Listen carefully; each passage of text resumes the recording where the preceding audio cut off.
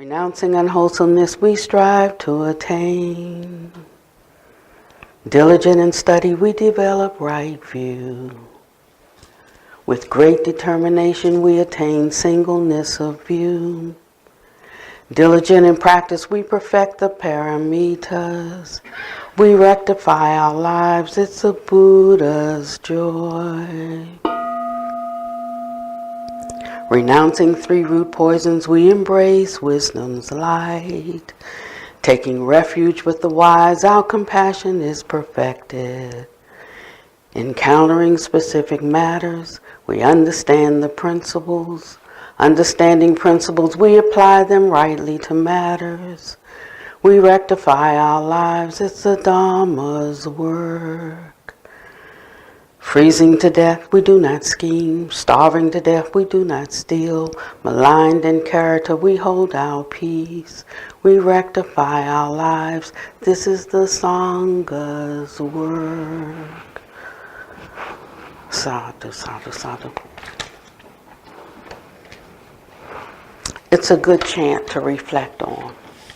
It reminds us of what our great wish is and what our commitment is. And when we find ourselves moving off of our commitment, we have something to remind us, to bring us back. You know, it's like we run and run and run, and sometimes we get off the path. He just says, get back on the path. That's all. That's all you have to do, just get back on the path. You don't have to call anybody and say, hey, guess what? I got off the path, but I'm back on now. Just get back on the path and keep on going. That's all that's required. We don't owe anybody an explanation. We don't owe anybody, none of that. Just when we get off and realize it, get back on. So today I wanted to talk about happiness. And happiness from several different perspectives. Because there's inner happiness and there's outer happiness. There's emotional happiness. There's mental happiness. There's happiness that's based on external conditions. All kinds of happiness. Happiness is. And when we talk about happiness, it can sound a little flip. You know what I mean? It can sound a little trite. It can sound a little worldly.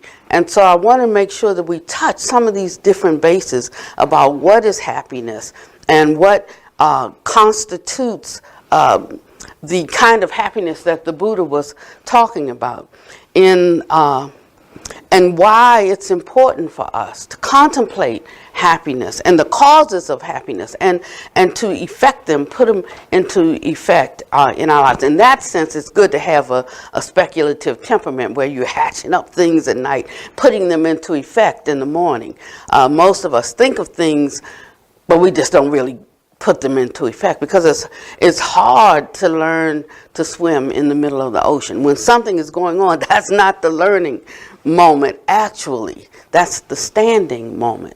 And having done all to stand. But it's very difficult to learn something in the midst of a crisis or an obstacle. That's the time that others try to bring up whatever's within them to hold or contain, but that's not really the time that we're in a learning mode. We're in a survival mode necessarily at that moment. So we have to always know what time it is, what time it is for ourselves or what time it is for the person in front of us. And if we don't know what to do, we have to ask somebody, we have to research, or we have to try something, or we have to Google, or, I Google a lot of things. Yeah, I like Google, actually. Not for just, like out there being a busybody or traipsing off in every direction. But when I want to know something, I can Google. I'd have to take all these books in the library, and it would take forever to search through. How wonderful to be born in the 20th century, so that some of these things have been, codified and put together for us, and I can just go to Google. What did the Buddha say about this? And all these things crop up, and I read that one, that's good, but it's not for this situation. I read that one, and that's good, but it's not for this person. I read that one, and that's the one right there. That's the one. So we should do this. And I'm not saying don't read. Please read. But I'm saying, but also we can search out so many things. We don't have to just keep saying, I don't know. I don't know what the Buddha said. Or come and ask me, what did the Buddha say about such and such? We can Google. We can look it up. And And it is there. And then after we look it up and read it, not just to read it, but to ponder it and think about how it applies in my life. I was talking to one of my students. We have a Dharmacharya program, and she sent a response to the assignment for last month, and I was reading it this morning, and it was a really long response. And usually when they come to me and they're too long, I just sit in the back and say, send me back the short version, because it's not really for me. It's the question is posed for them to do an internal inquiry, and it's and sometimes they want to let me know that they know the answer, but that's not it. It is for you to know the answer so that you can use it when you need to use it in your life. And it's for me to know my answers so that I can use it when I need to use it in my life. And so when they're too long, I just send them back and say, give me the short version. And then I know that they really know it if they can distill it down. But I read this, and this answer was almost her whole life story. And their study was on suffering is born from those who are dear. And we've talked about that a lot here. But she went through a whole deep inquiry, but she went through the inquiry from a particular perspective, from the perspective of a situation that happened in her life. And that situation became the basis for evaluating this.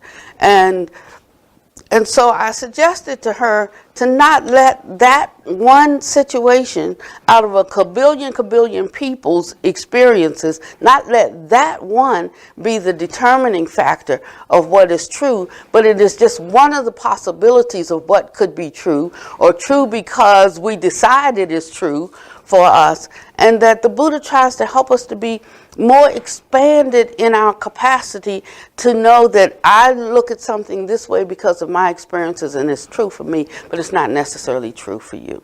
And if we can, or I see it from this side and from this view based on the sum total of who I am because of all the experiences that I've had in life, good and bad, and that you have had a different set and you may see things entirely different. So how can we get along? If I demand that you live in mine or you demand that I live in yours, there's just no way it's not possible. And so he says that it's futile to expect this. It's futile to try to enforce it. It's futile to demand it. It brings unhappiness to ourselves because what we're looking for is just really, literally not possible.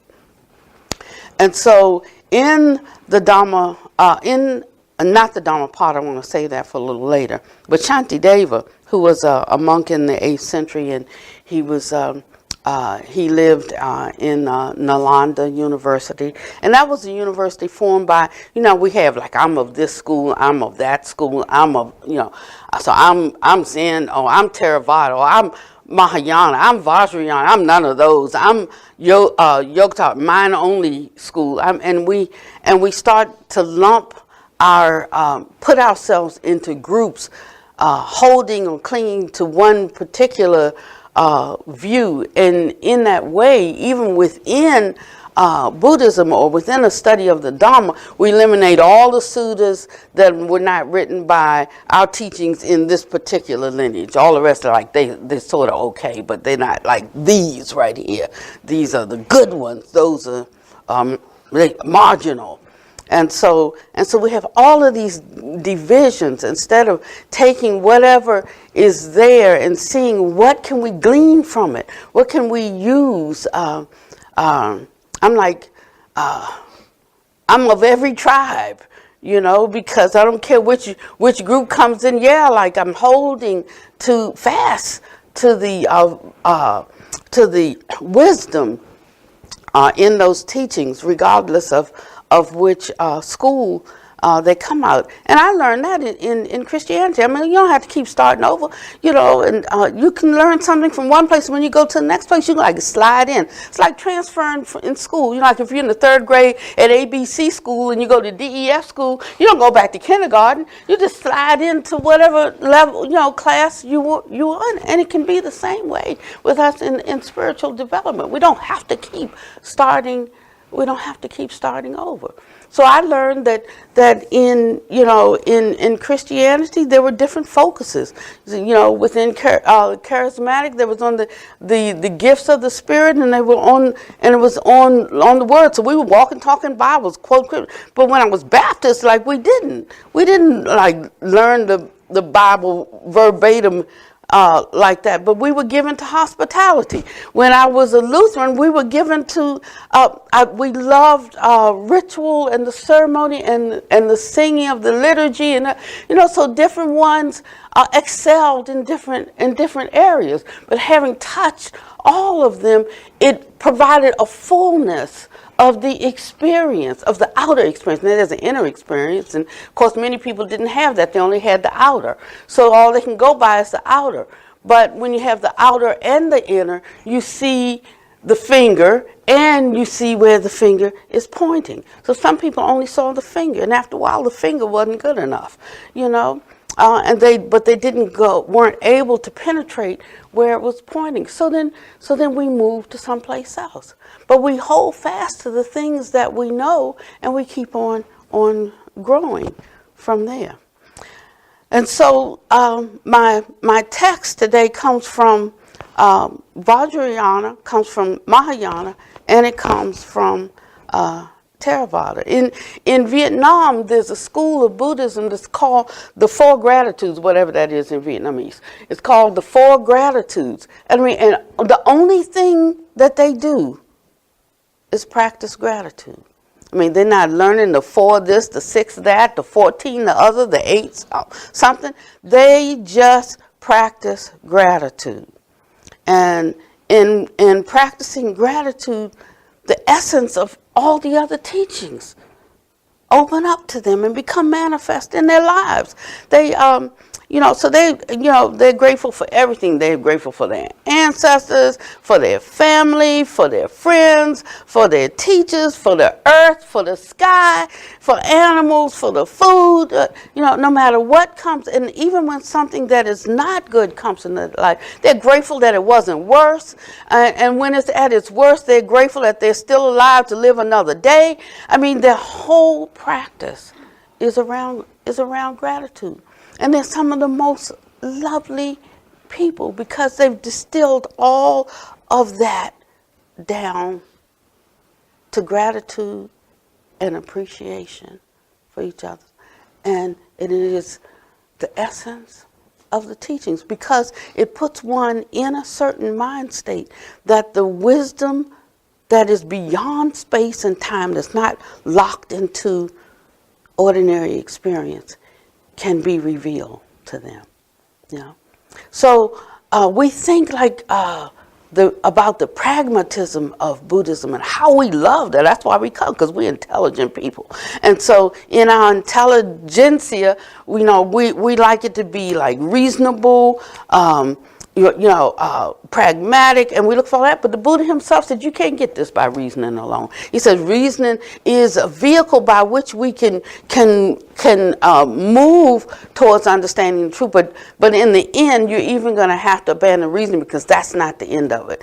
Reasoning being what we have figured out, and we haven't figured out that much actually. And so he says if you hold to that, you're never going to get to the end of this. You're never going to have that aha moment. That which breaks the yokes of bondage in our lives cannot come by reasoning alone. That doesn't mean we don't reason. We don't use any common sense. We do, But he says we can't even cling or cleave to that, because to really inherit the essence of the teachings, we have to even abandon reasoning. And that is part of what he factors into the conceit I. The conceit I am, the conceit I know, the conceit I. And so that if one finds the teachings too much to work with right now, it's fine. We can go to something else that works. They say the 84,000 Dharma gates. There's like so many teachings that we can embrace one that we can hold right now. one that's easy to be entreated, one that will soothe us, one that will encourage us right in the space that we're in, one that will give us a break both from conditioning and both from striving.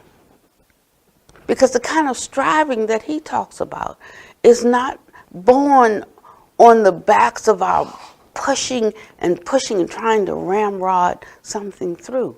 But the kind of striving that he's talking about is born upon our enthusiasm for the Dharma, our great, I'll say, belief or faith that the Dharma is true and that it will work if I can work it. If I can work it, that it will work for me. And what brings me to that place is what I have worked and what has worked for me in the past. And what I have realized that had I worked it, something, it would have worked, but I just didn't feel like working it, or I didn't have enough strength or stamina to work it, or I needed more support than I had to work it. But it was in me to work it, and I realized the downfall of that, and I can use that to encourage me the next time I get to that same place. Like, I'll remember the last time that I was here in this same place, and I didn't do what I know. I didn't push through, and what a mess it was. This time I will put forth a little bit more effort, and maybe it'll be enough to take me over that hump. And then if I do that and it still doesn't work, then the next time it wasn't like, oh, that didn't work. It was like, maybe I need to put forth a little bit more, and then ultimately we will overcome our obstacles. He said, it is impossible, I say to you, not to overcome, to the one who perseveres, who endures to the end. And so a wise man, a just man, falls 7 times and gets up again. And 7 was like the number, like who's counting number. That means, it means like you don't count. It's just, they asked one time, I'm getting rusty with my Bible now, but how often should a man forgive? And it said something like 70 times 7. I mean, most of them couldn't count that far. That meant just continually, all the time forgiving. And forgiving doesn't always mean that we have to stay together. It just means you can't hold a grudge. If you do, you'll burn up. Because, I don't feel your grudge. Only you feel it. It's something like that. He's showing them a way out of suffering, the suffering that can come as we endure the vicissitudes of life. And so, in her letter to me last night, she was staking a claim for not that suffering is born from those who are dear, but happiness is born from those who are dear. I'm like, you did not even have to write me this. We are already convinced that happiness comes from those who are dear. That's not what he was talking about. He wasn't talking about the happiness. He was talking about the grief, the sorrow, the lamentation, and despair you feel when they are gone.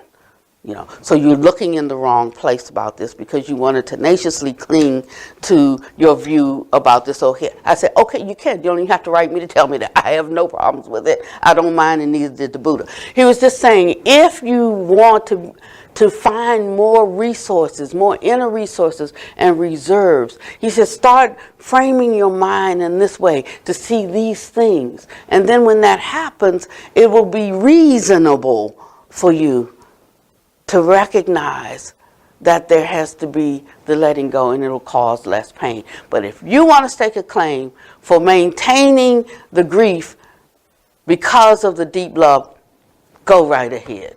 And I sent it back to her, so I'm expecting a letter this afternoon. That was just round 1. Okay, so we have to, with all our getting, get understanding. That's what I'm saying.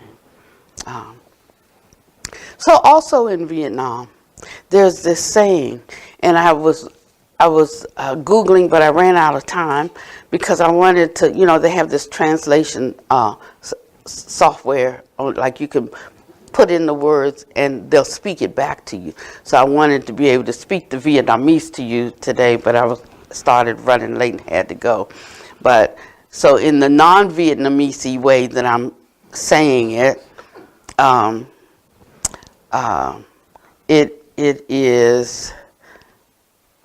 it's some, you know, I don't know.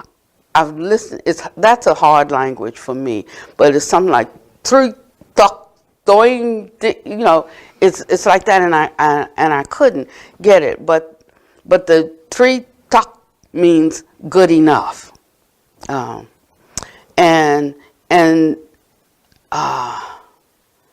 it's saying that if we want to wait until all of our needs and wants are met to be happy, then we may wait forever. We may never be happy. So, three tak means good enough, being content with the minimal amount necessary. So, seeing a commercial for the shoes that have the red sole, you know, in my other life, I would have some of those in my closet. But when I see them, and then I remember, okay, my sandals are not worn out; they are good enough, you know.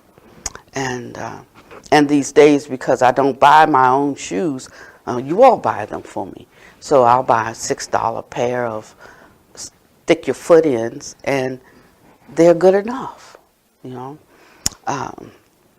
It's only the eye and tapping into the memory and the conceit eye that brings up these kinds of things for me. Now, I'm not saying that a millionaire has to live like a pauper. It's all relative.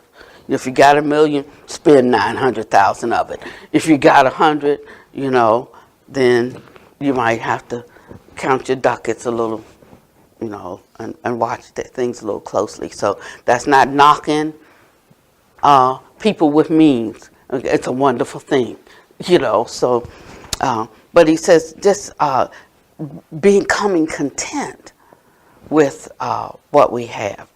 And for instance, they think it's all right for 3 or 4 people to share one desk. There's no need for everybody to have their desk. And 2 or 3 kids in the family will share one bedroom, but unlike in America where everybody, even the baby, the nursery, they have to have their own bedroom. Then they have to buy a contraption so that they can listen in there in case the baby starts crying.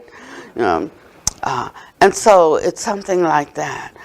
So I call it embracing simplicity. That's why we set up our Sangha that way, just trying to get back to embracing simplicity, simple living that allows us to be content with little, to be satisfied with whatever we have, and to find happiness from the inside that is not contingent upon what we have from the outside.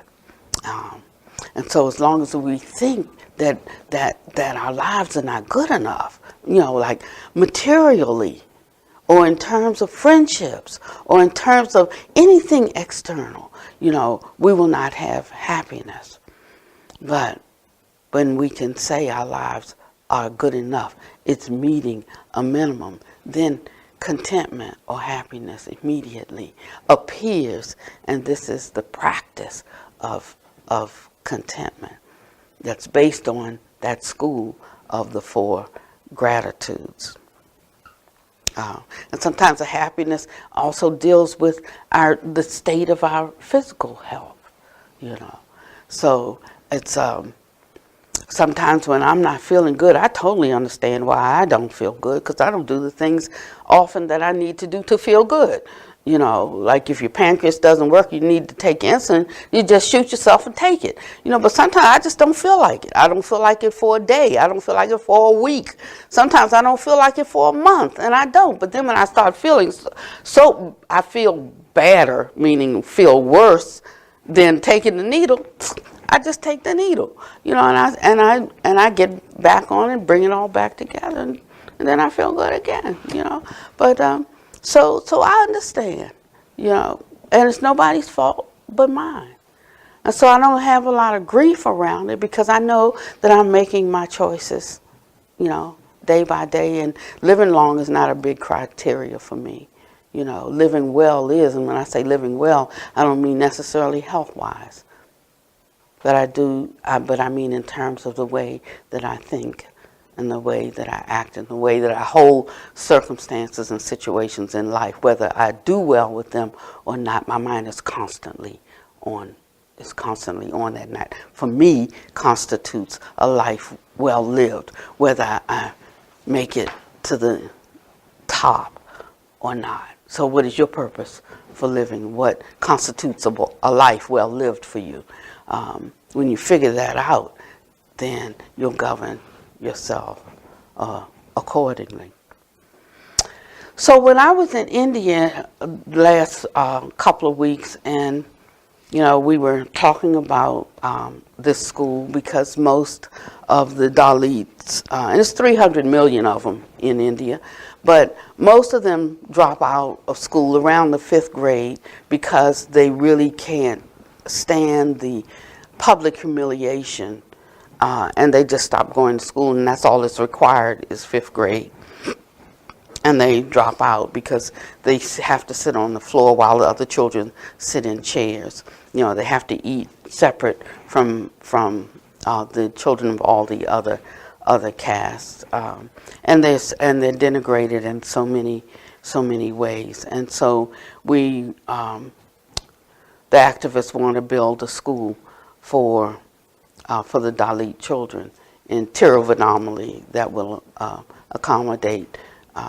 We have sort of like a consortium of 10 villages, so kids from the 10 villages would go, and we were talking and trying to work through all of that. And the first thing is getting them on the same page, because they're not. One thinks something should be done this way, another this way, and one thinks that he should be the principal, and other thinks he should be the principal, and you know, so we couldn't like talk this out long distance.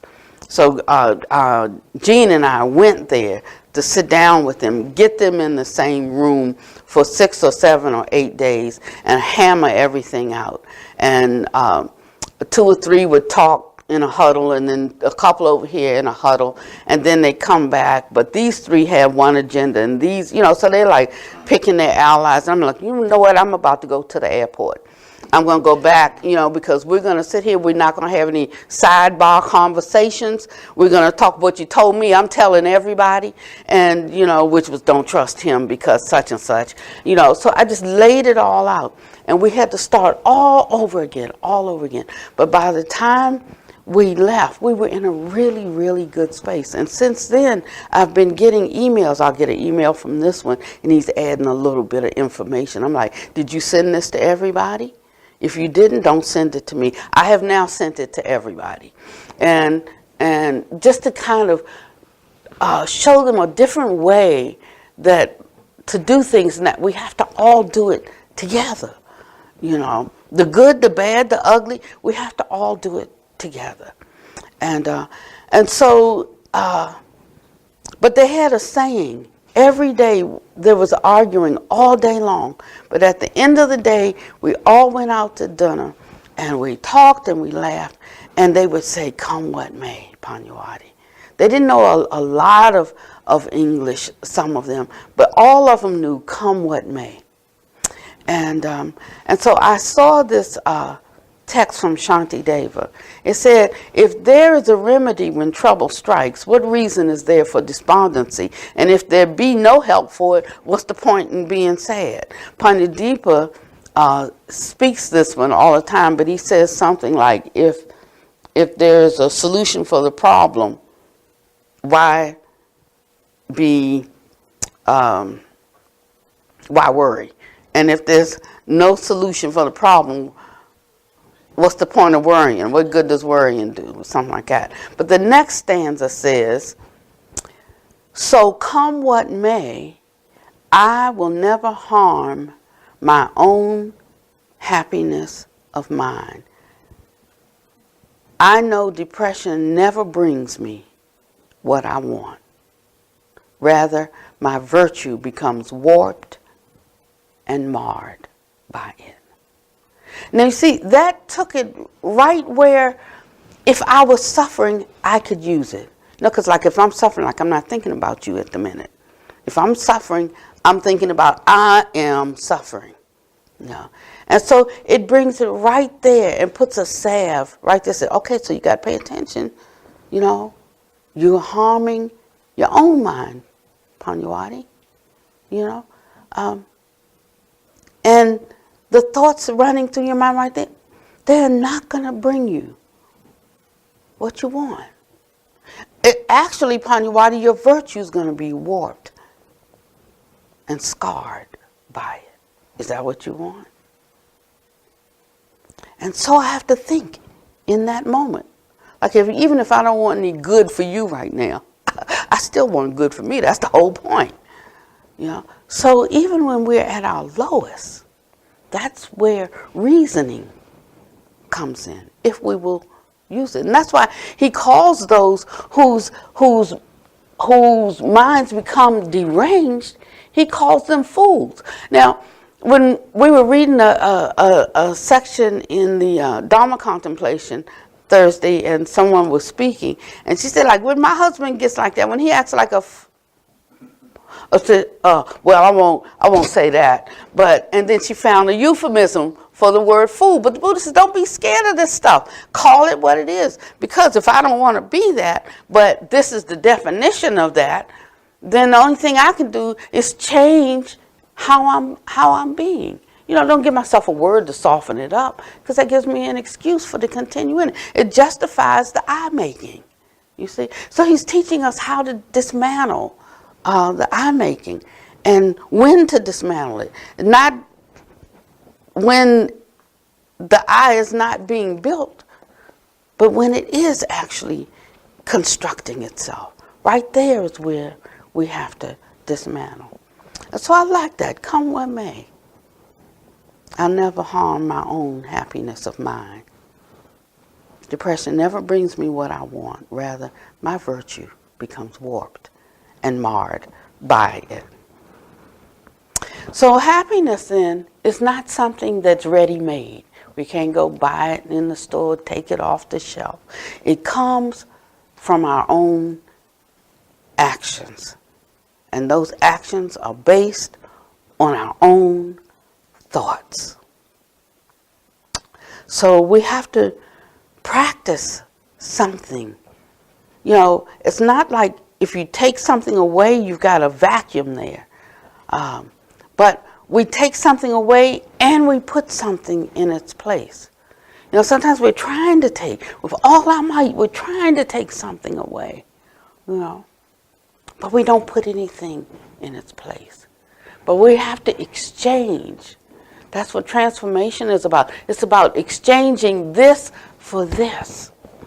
And so he tells us to exchange something. And one could be meditation for thinking. Exchanging, sitting, allowing the powering down of thought, just step by step, abandoning thought. And he said the one way to do that is, instead of so many thoughts running, just focus on one thing. That's why we talk about focus or concentration. We talk about one object. So we use thinking to abandon thinking. It sounds crazy, but it's not. It just reduces it from thinking about 10 things to thinking about one thing. And so we place our attention on one thing. And we have to touch it again and again. I forget the name of the insect, but I read this week that insect or that worm or that larva or whatever it was, but it was something like that, has an attention span of 9 seconds. And the average American now has an attention span of 8 seconds. That's how bad we have gotten because of all of our technology and our digital stuff and our movement and our multitasking and all of that. We have the attention span of 8 seconds. Okay, so that has helped you all to help me to cut down the length of my Dharma talks.